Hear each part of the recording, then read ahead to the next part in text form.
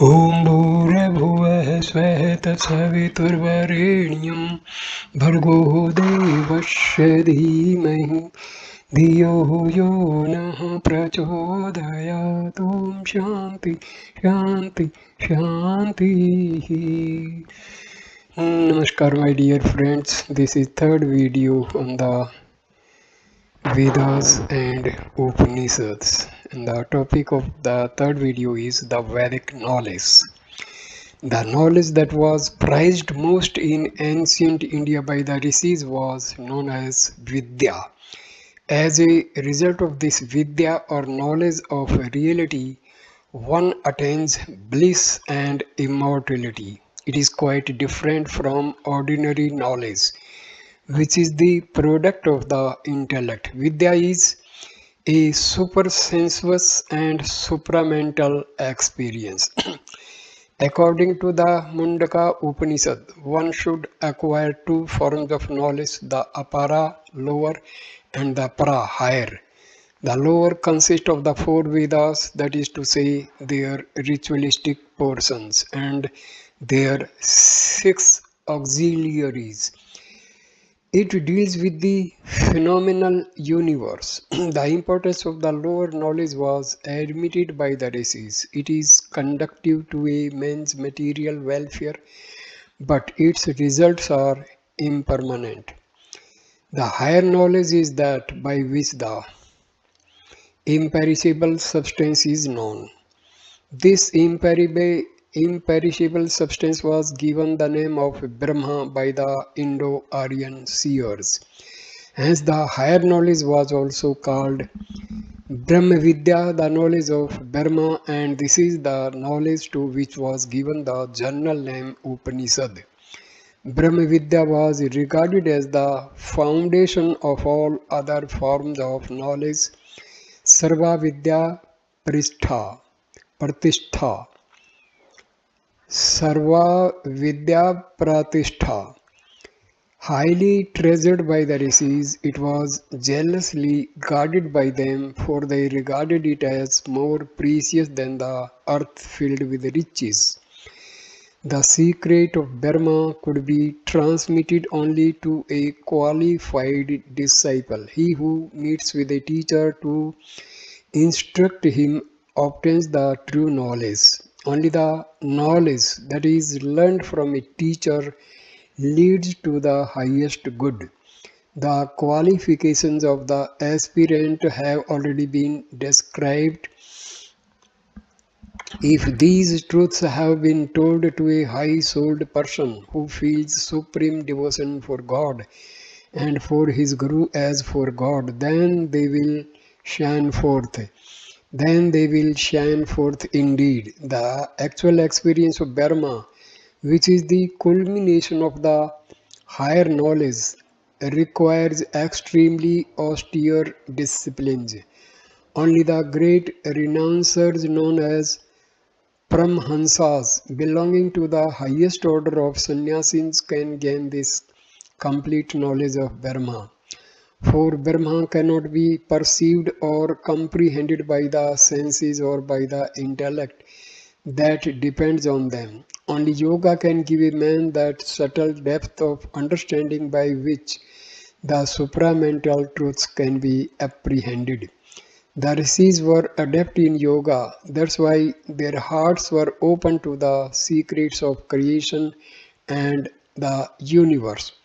The method of the modern physical sciences for the discovery of truth are based upon a different notion of how to search than that which directed the rishis in their realization of Brahma. A scientist seeks to understand the universe through reason based on the knowledge derived from the sense organs. But the powers of the senses are limited. Therefore, he utilizes the aid of various instruments. With the help of the telescope, he brings a very distant object within the range of his vision. With the help of the microscope, he immensely magnifies a minute object. Similarly, other instruments come to the scientist assistance. The technicians of science are busy day and night inventing new instruments by means of which to strengthen and intensify the powers of the senses. But there exist minute things in the world that cannot be detected even by the most powerful electronic microscope.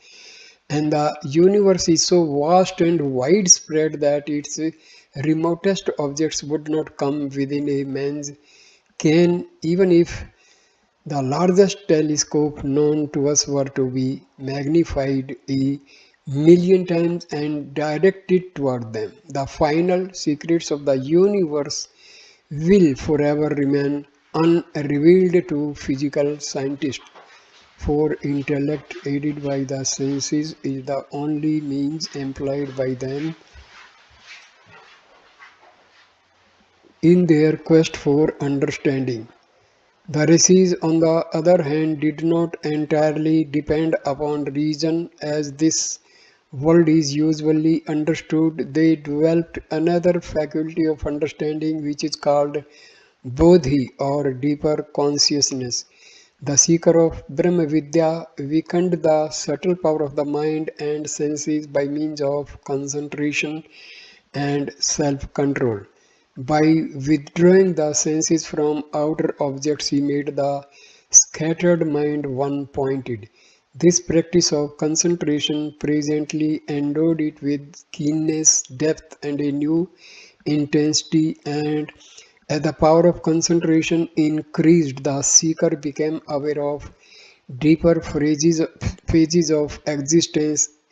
Instinct, reason, and intuition or higher consciousness, the three instruments of knowledge, are all differing states of the same mind. Hence, a lower state can be developed into a higher. The means to this end, however, are not external instruments but appropriate disciplines directed within. The Vedic teacher prepared the soil of his disciple's mind before giving him any instruction regarding Brahma. Moreover, there were occasions when the instruction given was not oral. An ancient Sanskrit text says, "The teacher explains in silence and the disciple's doubts are resolved." When a pupil approached the preceptor for instruction, often he would be asked to meditate on the problem and seek the answer from within his own self. And so we read in the Taittiriya Upanishad that Bhrigu came to his father Varuna and asked, "Revered sir, teach me Brahma." Varuna did not give him a direct reply. He asked the boy to practice meditation and austerities. Bhrigu followed this advice and came to the conclusion that food alone was Brahma. He was asked to meditate again. This time he realized that prana alone was Brahma. His father exhorted him to concentrate further. At last, the nature of Brahma was revealed in Bhrigu's heart, and he realized that Brahma is Anandam, bliss absolute. The Upanishads teach the truth unknown to the sense organs regarding living beings, jivas. The universe, Jagat, and God, Ishvara, they describe the nature and attributes of Brahma, its reality and manifestations, its powers and aspects. They also describe the creation, preservation, and ultimate dissolution of the universe and the changes and modifications of nature, Prakriti. Furthermore, the Upanishads deal with the development of the individual soul, Jiva, its evolution and its destiny, its bondage and its freedom. The relationship between matter and spirit, between God, the universe, and living beings also belongs to the subject matter of Upanishads. These concerns relate to a suprasensuous realm unknowable to a man's everyday state of consciousness. Yet the weal and woe and the good and evil of a man depend in a special manner upon his knowledge of these things. For man is rooted in a reality far deeper than is apparent to the senses, just as only a small portion of an iceberg is visible. So only a small portion of man is available to the senses, no matter how they may be magnified. The solution of many of our most vital problems must come, therefore, from reasons beyond the scope of the ordinary faculty of reason.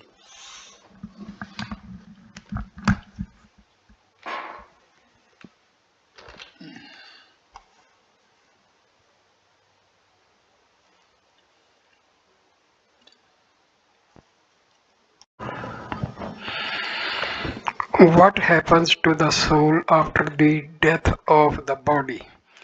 If a soul survives the destruction of the body, does it ever return to earth? Is a man responsible for his good and bad action? What is the goal and purpose of human life? Our conduct and work depend upon our answers to these questions, and yet we cannot answer them intelligently with an intellect aided only by the senses. Or again, does God exist? If God just and compassionate, or is he unconcerned about man, regarding him with indifferent eyes? Is God endowed with a form, or is he formless? Has he attributes, or is he attributeless? Is he immanent in the universe, or is he transcendent, or is he both? Is the universe real or unreal? Does it exist outside man's mind, or is it a figment of his imagination? Is the universe beginningless, or has it a beginning? Has the Godhead become the universe, or has he made it like it was? Or is the universe a mere appearance superimposed upon the Godhead through an inscrutable illusion of some kind, like a mirage upon a desert? And if the universe is not unreal, is it finite or infinite? An inquiring mind longs to find satisfactory answers to these philosophical questions, but there is no human means to satisfy such a longing. Only the knowledge of Brahma can break the fetters of the heart and solve all doubts. This is the Hindu view. That's why the Lord Himself promulgated this knowledge in the world through the rishis. The more a man's intelligence deepens, the more his heart is made pure and his mental horizon widens. The more will he understand and appreciate their teachings as preserved in the Vedas and Upanishads. One can hardly exaggerate the influence of the Vedas upon the individual and collective life of the Hindus. Since the days of their greatness, both the political and the religious life of India have undergone tremendous changes. Many aggressive races have entered the country from outside and been absorbed in this melting pot. Other powerful cultures have retained their individual traits like the ingredients in a huge salad bowl. Foreign conquerors have sought by various means to impose their customs and ideals upon Hindu society. Nevertheless, through all these vicissitudes, the Hindu world as a whole has retained its loyalty to the Vedas and still recognizes them as the highest authority in religious matters. The outer forms of the Hindu religion have certainly changed. Modern Hindus do not perform sacrifices like their ancestors.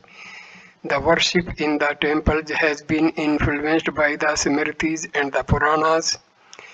Tantra has also left its impression upon the worship in many parts of the country.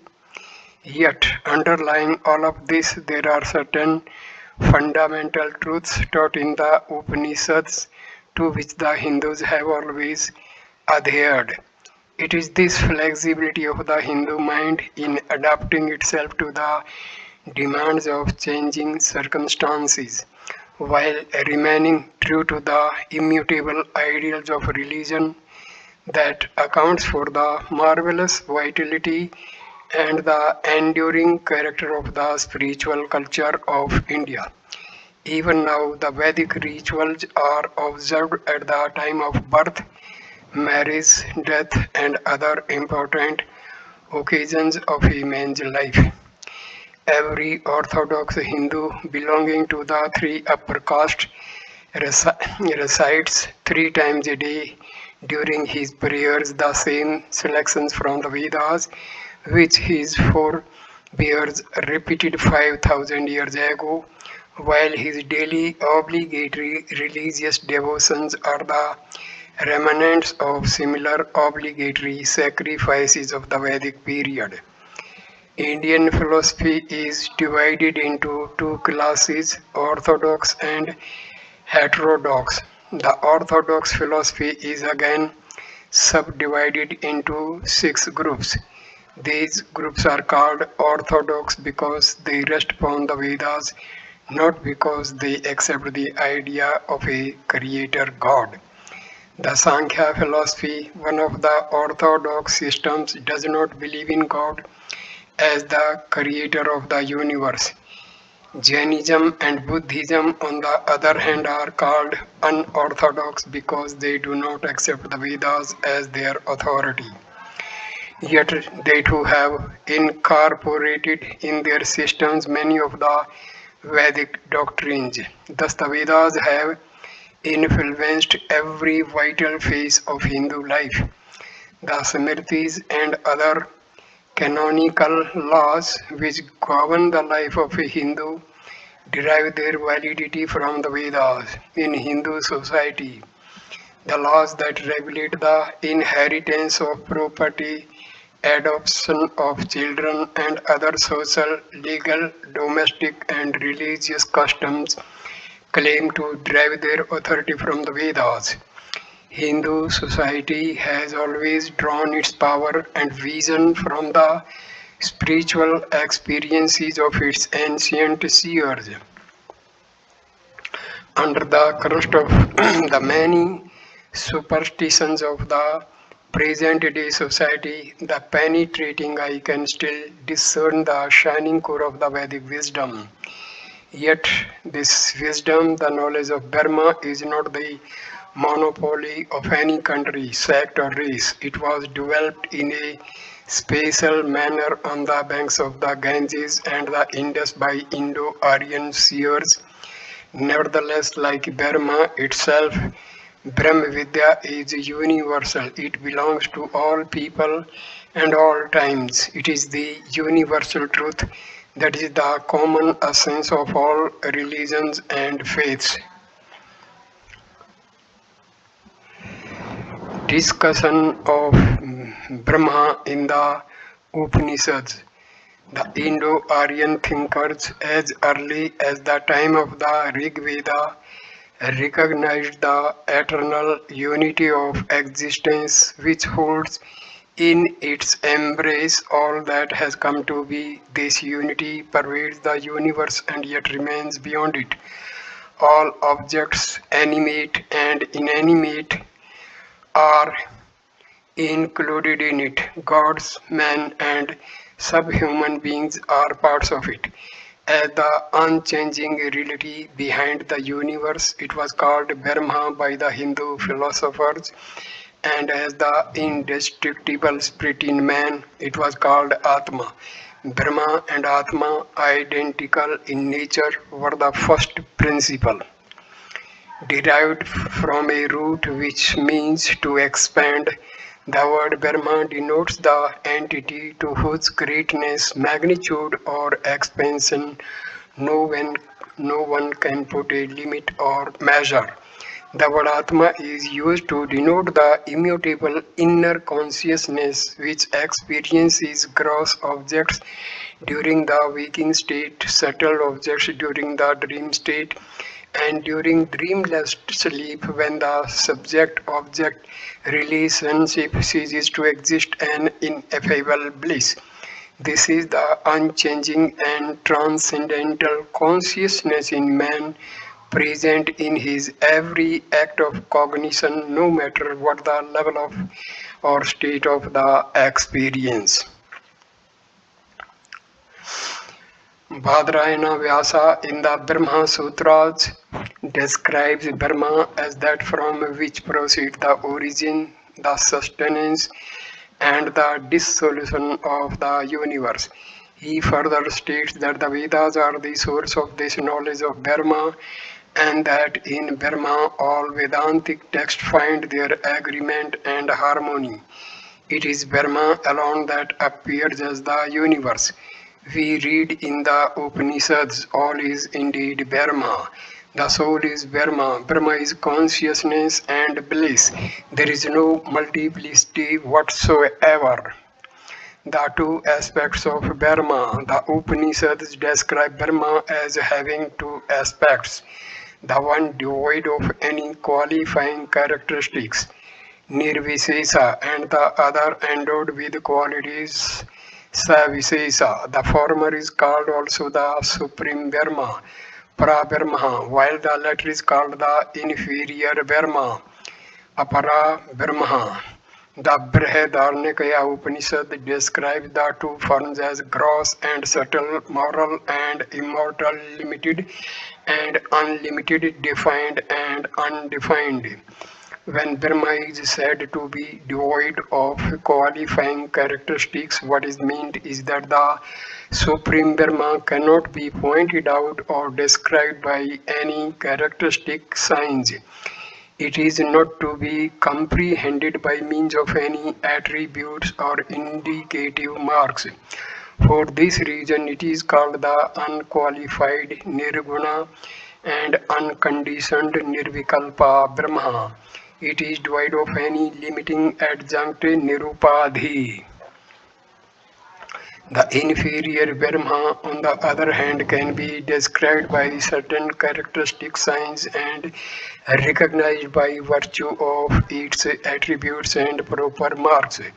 Brahma, states Sankaracharya in his commentary on Brahma Sutras 1 1.2, is apprehended under two forms. In the first place, as qualified by limiting conditions owing to the multiformity of the evolutions of name and form. In the second place, as being the opposite of this, that is to say, as being free from all limiting conditions whatever. Compare, says he, the following passages. For where there is duality, as it were, then one sees another. But when only the self is all this, how should one see another? Where one sees nothing else, hears nothing else, understands nothing else, that is the infinity. Where one sees something else, hears something else, understands something else, that is the finite. The infinite is immortal, the finite mortal. The wise one who, having produced all forms and made all names, sits calling things by their names, who is without parts, without actions, tranquil, faultless, taintless, the highest bridge to immortality, like a fire that has consumed its fuel. Not this, it is neither gross nor minute, neither short nor long. These passages with many others declare Brahma to possess two forms, according as it is the object either of knowledge or of ignorance, avidya. A striking passage regarding the attributeless Brahma declares it is neither gross nor minute, neither short nor long, neither redness nor moisture, neither shadow nor darkness, neither air nor akasha, unattached, without savor or odor, without eyes or ears, without vocal organ or mind, non-luminous, without vital force or mouth, without measure and without interior or exterior. The inferior Brahma, with positive attributes on the other hand, has been described as he whose body is spirit, whose form is light, whose thoughts are true, whose nature is like Akasa, from whom all works, all desire, all odors, and all tastes proceed. The Upanishads tend to designate Brahma with attributes by the masculine he, and the attributeless Brahma by the neuter it. But what is the final conclusion of the Upanishads concerning the ultimate nature of Brahma? Is the ultimate Brahma devoid of attributes, or is it endowed with them? Shankaracharya affirms that the purpose of Vedanta is to establish the attributeless Brahma as ultimate reality. He states in his commentary on Brahma Sutras 3, Part 2 and Stanza 11 that though Brahma has been described in the Upanishads as both Nirguna and Saguna, yet the goal of the scriptures is to uphold the unconditioned and attributeless Brahma as the supreme truth and not the other.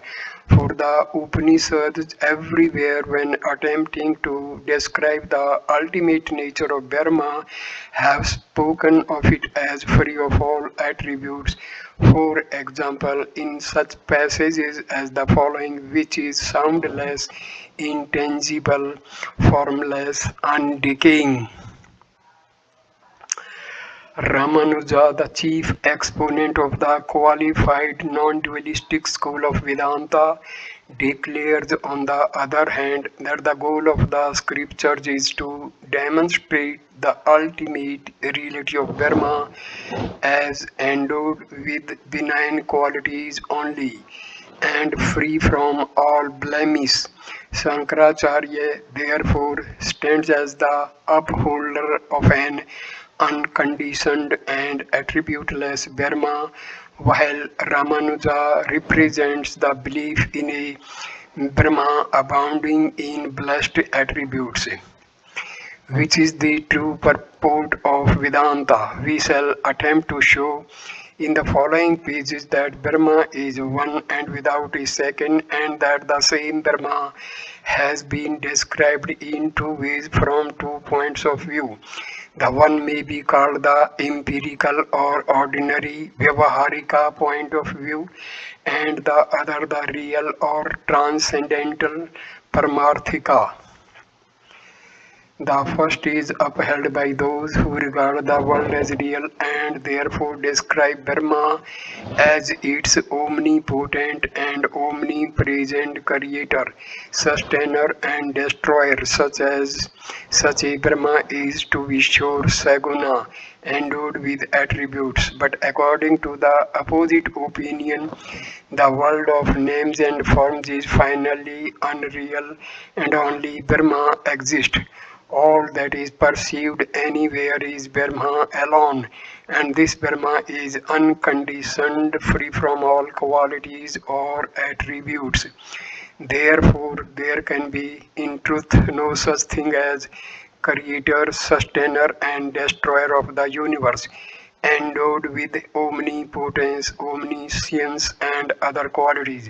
From this point of view, Brahma is nirguna, Thus, the same indefinable reality is described in two different ways according to the point of view of the perceiver.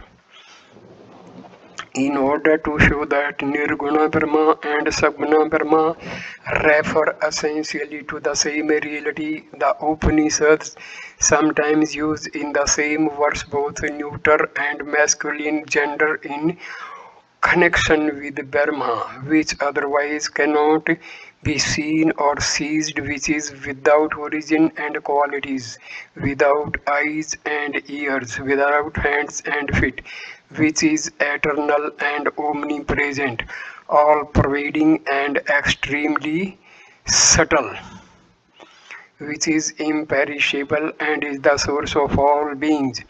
The italicized words in the original text are in the neuter gender and the rest are in the masculine.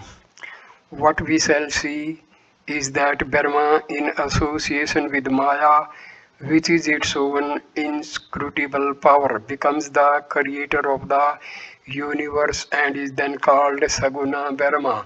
It is then also known as the great Lord Maheshwara and Bhagwan, the non-dual consciousness which the knower of truth describes as the reality Tattvam is also Brahma and the Supreme Soul, Paramatma and God Bhagwan.